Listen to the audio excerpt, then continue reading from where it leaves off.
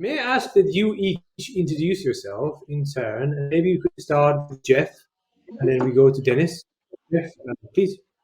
Sure, that'd be great. So my name is Jeff Duce. I work for the Boeing company. Work for the part of the company called Boeing Research and Technology, which is one of several research and development organizations within the company. Typically, we do development for anybody within the company, or we also do external development for government contracts and things like that.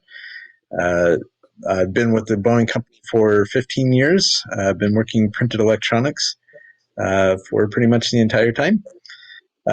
Generally speaking, my goal is to develop systems that are able to be integrated into structures, although we work in just about anything that's related to either structural integration of systems or printed electronics, a variety of different types and use cases.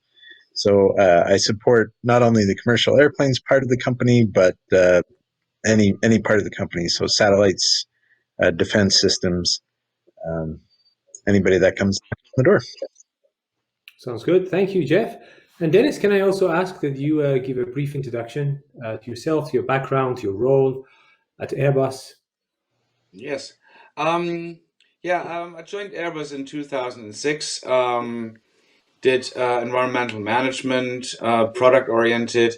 Did that until 2016 when I took over printed electronics as project leader and started from scratch. We were looking for cabin applications in a more disruptive way, talking about production processes, manufacturing processes, how this technology could enable Airbus to go a step further with the next generation of aircraft. I guess maybe the audience is not so familiar with how the aerospace industry works. I think we just lost Jeff. Hopefully you'll come back, but we'll continue with you, Dennis. And it is often a very challenging industry, and it is very far from a young technology like printed, flexible, stretchable electronics.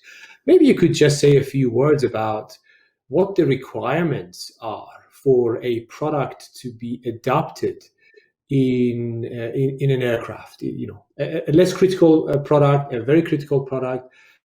But how challenging is it to bring a new product to the aerospace industry? What do you expect?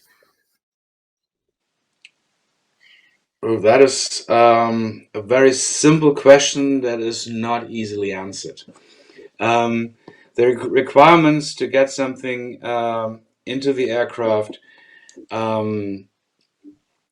is quite demanding, especially for printed electronics. If you have, for example, like an LED array consisting of, let's say, only 30 LEDs, and it's like this size.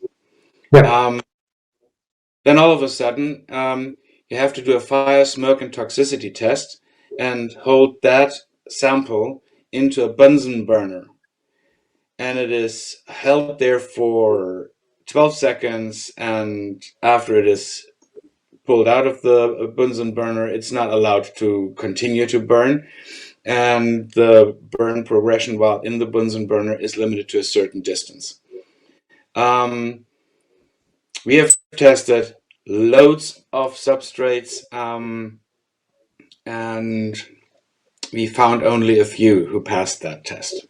And that was only one test. And then you do those simulated aging tests on vibration, on temperature and humidity variations. You do, especially for cabin applications, you do the whiskey and coke testing, the fluid susceptibility testing. And that always with